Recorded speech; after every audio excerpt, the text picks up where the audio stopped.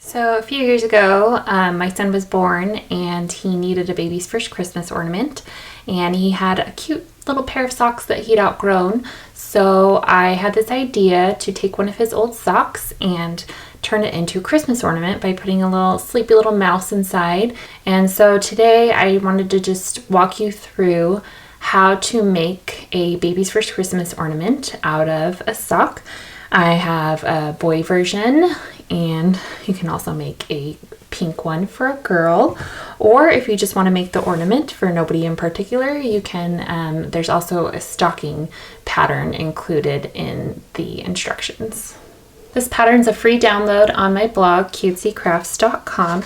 It'll give you all the pieces to cut out, how many of them, the colors of felt that I used, and then you'll also need, not listed on the pattern, but on the blog post, a bunch of different colors of embroidery floss: black, green, gray, pink, red, and white.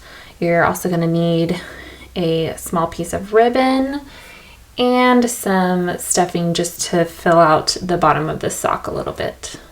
And you'll need a tiny mini pom-pom for the top of the mouse's little hat. To start out, I like to cut out each of my pattern pieces, and I actually use some Scotch tape to just tape them onto my felt. And then I get a pair of scissors. Make sure it's not your good fabric scissors. These are actually just my old fabric scissors. Take your scissors and cut around the outline of your pattern pieces.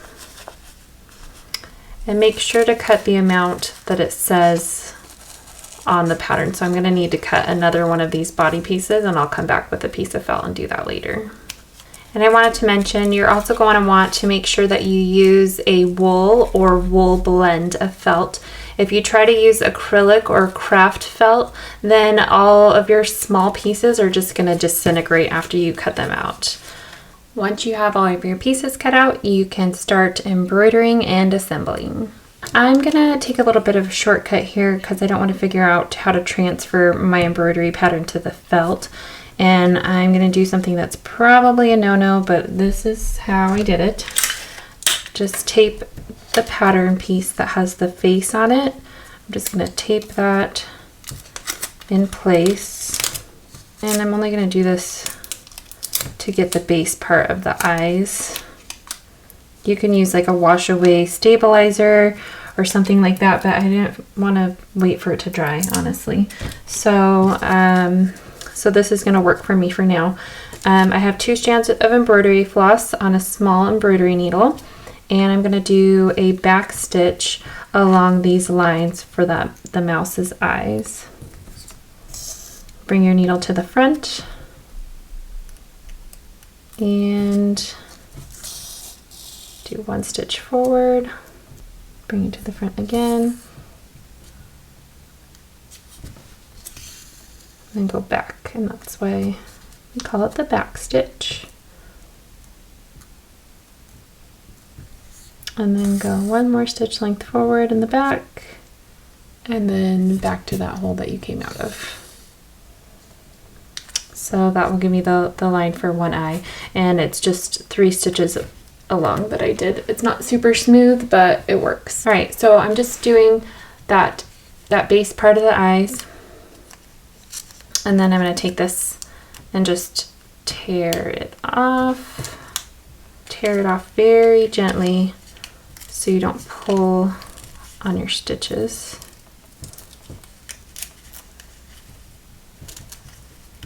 Make sure you hold down. This is why I don't usually recommend using paper to transfer your pattern, but it worked good enough for what we were doing. And since I'm going to be making a girl mouse, she has 4 little eyelashes. So all I'm going to do for that is go to the end of each stitch. So right in the middle of those 2 stitches, and just make a tiny little line. And if any of them end up being uneven, you can always go back and redo them. Not a big deal. and then just repeat that on the other side. And when you're done, the little eyes should look like this. And if you're making a boy, you don't have to add the eyelashes. You can, of course, if you want, but I decided that only the little girls should get eyelashes. Up to you. All right, next we are going to give our mouse a little nose. So I'm just going to kind of eyeball from the pattern where that goes, and it goes closer down to the bottom of her face. I've got 2 strands of embroidery floss again with the knot on the end. And I'm just going to do a very small running stitch around her nose just to hold that on there. To make the little whiskers that are coming off right here, you are going to put 4 strands of embroidery floss on a needle and tie a nice knot on one end. You can even double knot it to make sure. And all I'm going to do is put my needle through in about the spot that I think those whiskers should be coming out. And then I will trim them to about the edge of her face, maybe a little bit longer. And then you just kind of fluff them out. The more you mess with them, the fluffier they'll be. And then she's got herself some nice little whiskers on that side. So just repeat on the other side, and then you've got your whiskers. Next, we'll work on the ears. So center the inside of the ear on the outside of the ear. And I've got 2 strands of floss, gray floss, on a needle with a knot in one end. And we're just going to sew those on with a running stitch. So go 1 stitch length forward, come up in the back again a stitch length away, and go 1 stitch length forward again. So now I've got the one ear done. Now just repeat and do the same with the other ear. Next, you'll want to take the front of your hat and the white cuff piece that's going to go on it, stick that on there. And we're going to stitch using 2 strands of floss and a running stitch, and only stitch along this top edge of the cuff. Next, take your 2 body pieces and lay them on top of each other. And I have 2 strands of embroidery floss, gray floss, with a knot tied in one end. Start your stitching on the inside of it so that the knot can be hidden. And then just kind of lay that down, put it back together. And then we're going to sew what's called a whip stitch around the outside of the mouse. So basically you're starting, my thread's in the front now, I'm taking it to the back a stitch length lower.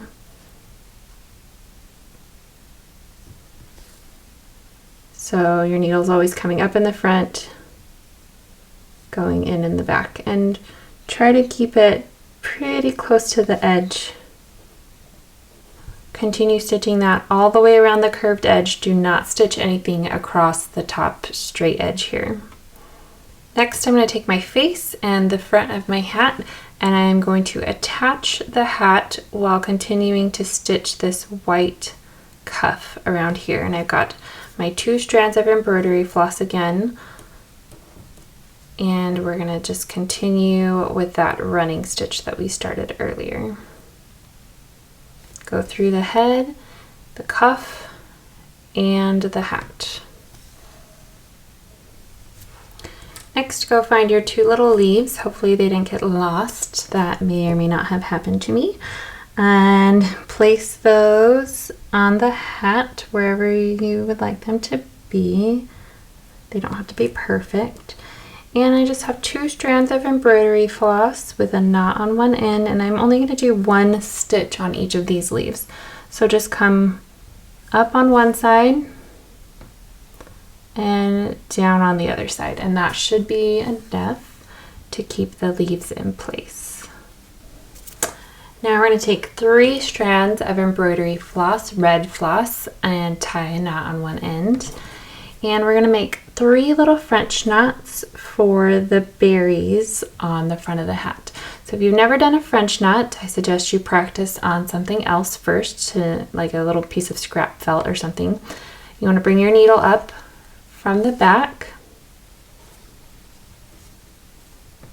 wrap the thread around your needle twice, put your needle back near the same hole that you came out of. Keep holding on to this one with this thread here with your left hand while you pull the needle down through the back. And once you get to about that point, you can let go and you've got your French knot. I've got a nice video that will show you and walk you through making French knots and give you more details, and I'll link to that in the comments below just in case you want to practice doing that if you've never made French knots before. Next, we're going to put the head together. So take your front and the back of the head and put them together like so. Make sure though when you're stitching that you leave an opening that is the same width of the body here, because we're going to be tucking that in here later. So actually we're going to start the whip stitch about right here. I'll move that out of the way, and again start with your knot on the inside so you can kind of tuck that in there,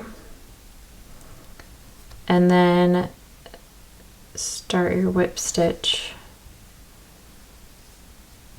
around the outside of the mouse's head. Once you get past that first curve of the mouse's cheek, you're going to want to take one of his ears and sandwich it in between the front and the back layer of the mouse's head. And then when you get to that spot, just do your best to kind of still do some straight stitches. It won't be quite a whip stitch because you'll be going through the mouse's ear here. So it'll be more like a bunch of straight stitches that you're doing in the ear area, coming up on one side of the head and going back down in the other. Just to continue that look of the whip stitch, even though that's not really what we're doing anymore. And then once you get to the hat, turn it over and continue your whip stitch through the top of the mouse's head. And then take that other ear, turn her over, make sure that it's lined up where you want it, sandwich it in between those two layers again, and then just stitch that one on just like you did the other one. Next, you want to take a little bit of the stuffing, the fiberfill, and just place a little bit inside of the body and inside of the head. Once you've got them stuffed, stick the body in the insert and the head, and then I've still got my 2 strands of floss from when I stitched around the head. I still have that going, so I'm going to take that and I'm going to do just like we did for the ears and just kind of fake a whip stitch by doing a bunch of straight stitches, and I'm going through all 4 layers here. So the 2 layers of the head and the 2 layers of the body. To finish off your hat, turn the mouse over, put the back of the hat on, and we're going to stitch all around the hat, leaving this bottom part here open. And same thing, we're just doing a whip stitch like before, but make sure that you don't stitch through to show on any of this white part or the green here. Once you've stitched around the entire curved edge of the hat, you're going to take a teeny tiny bit of fiberfill and stuff it in the hat, and it helps to use like a back of a pencil or something else. Then take your needle that should still be threaded, and you're going to stitch only through the back layer of the mouse's head because you don't want this to show in the front.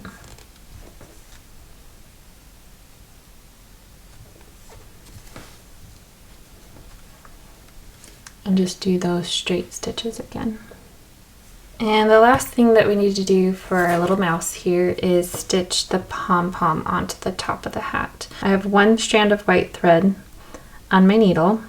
It's straight through the middle, if I can, straight through the middle of my pom-pom.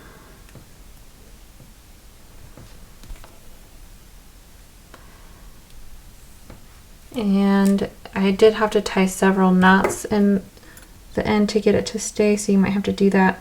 Make sure you trim off the end of that thread really well. Stitch back down.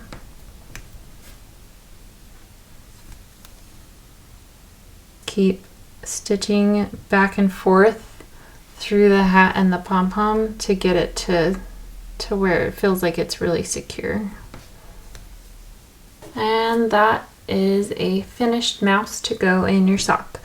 Now for the sock part, I'm not going to show you how to do all of this. It's pretty self-explanatory, but you'll want to take the two little felt hands and just stick them on there in the middle of the sock and do a running stitch. If you want to add a little embroidered heart or something at the bottom, you need to cut out the felt heart first, do your embroidery on the felt, and then stitch this onto the sock. To add the loop for hanging, all I did was take a little bit of thin ribbon and folded it in half, and then you're going to stick the ends inside of the sock on the corner. And I machine stitched this because I feel like it gives just a little bit more secure of a hold. You could hand stitch it if you wanted to, but just stick that in there, stitch back and forth a few times, and then that should give you a nice loop for hanging. To give this sock some shape, you want to take just a tiny bit of fiber fill, not a lot, and stuff that into the inside. And then you can take your little mouse, stick her in there, and line her up with her paws. And then just to make sure Miss Mouse doesn't go anywhere, I've got one strand of thread on my needle, and I'm going to stitch through the front of the sock. I'm using white because I have a white sock. You'll want to match whatever color your sock is, and just stitch through the top layer of your mouse and through the sock to attach her, and then turn around and stitch the back of her also.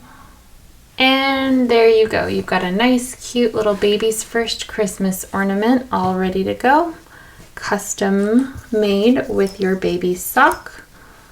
Or you can just make the little mouse in the stocking. Very cute handmade Christmas ornament that you can make for a friend or a family member that just had a baby, or make this cute little mouse one for yourself. Get the pattern on my blog, cutesycrafts.com, and follow along for more fun craft ideas.